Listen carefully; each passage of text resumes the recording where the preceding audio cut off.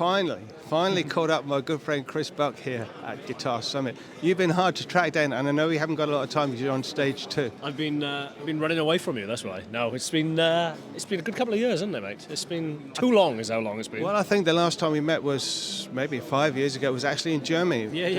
Yeah. Well, I mean, we live a couple of miles apart, but we have to come to Germany to see each other. So thanks for the social media. How are you? But we're on the Yamaha stand, and you're still playing the Rev Star. Yeah, still playing the Rev Star.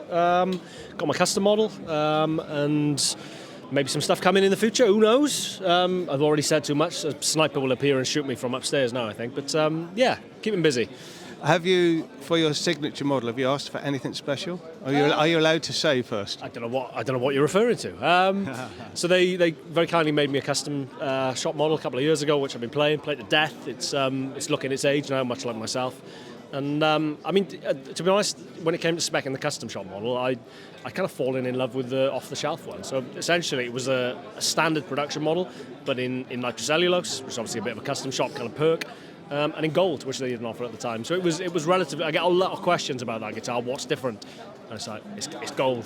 But and it proves a point, really, how good they are. And just going back to your playing style, it might have been 10 years ago. I was writing for a guitar magazine. And where did I meet you? In a studio in Wales. Yeah, in Rockfield. That's right. We had guitars laid out everywhere. And I said to the editor, "There's this young lad, which you were at the time, still not very old, obviously." Who's got this really cool technique. He said, well, there's just a lot of guys like that. I said, no, you've got to watch out for this.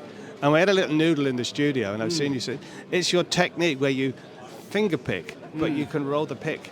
You can go from finger picking, but keep the pick there. It's the only vaguely dexterous thing I can do, to be honest. So everything else is a bit cack-handed. But it's the kind of pick and fingers kind of thing, you know. But it's a style, isn't it? I mean, there's a lot of guitar players. Now and again, why not come up with a style? I'm just picking you up here because I think you need it.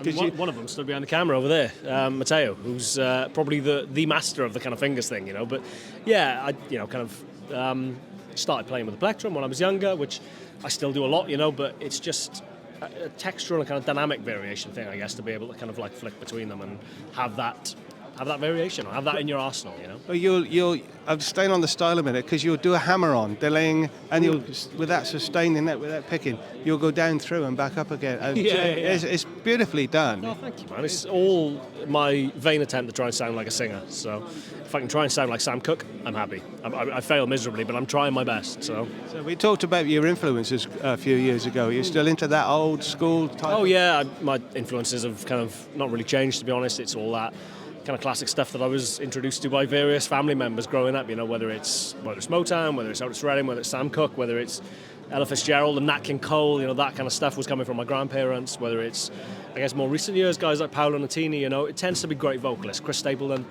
and that's what I gravitate towards, is great songs and great vocalists, not so much great guitar players. If there's a virtuosic guitar player in a band, great, but it's not like I seek out the more guitar-orientated stuff, to be honest. I've only ever wanted to be a guy in a band, and all of my favourite guitar players are guys in bands. Usually it's not, you know, kind of like step to the front of the stage, kick the monitor over, wind machine on, you know, kind of face melting solos. That's never really been me, although I'll try and squeeze one in every now and then. So. Well, that's what I'm saying. It's your style again, and it's like you're vocalising through the guitar playing itself. Yeah, cool. Thank you. So, Cardinal Black, tell me how this, I mean, a success story, it's gone straight up through the roof. What's happening now? We're keeping busy, so we're just about to embark on a UK tour, actually. We're starting on October 8th, so depending on when you're watching this, whether it's on Dave Plus One, we might have embarked already, but we've been out the US this summer. We played a couple of shows, all of which we were lucky to sell out. We did the Basement East in Nashville.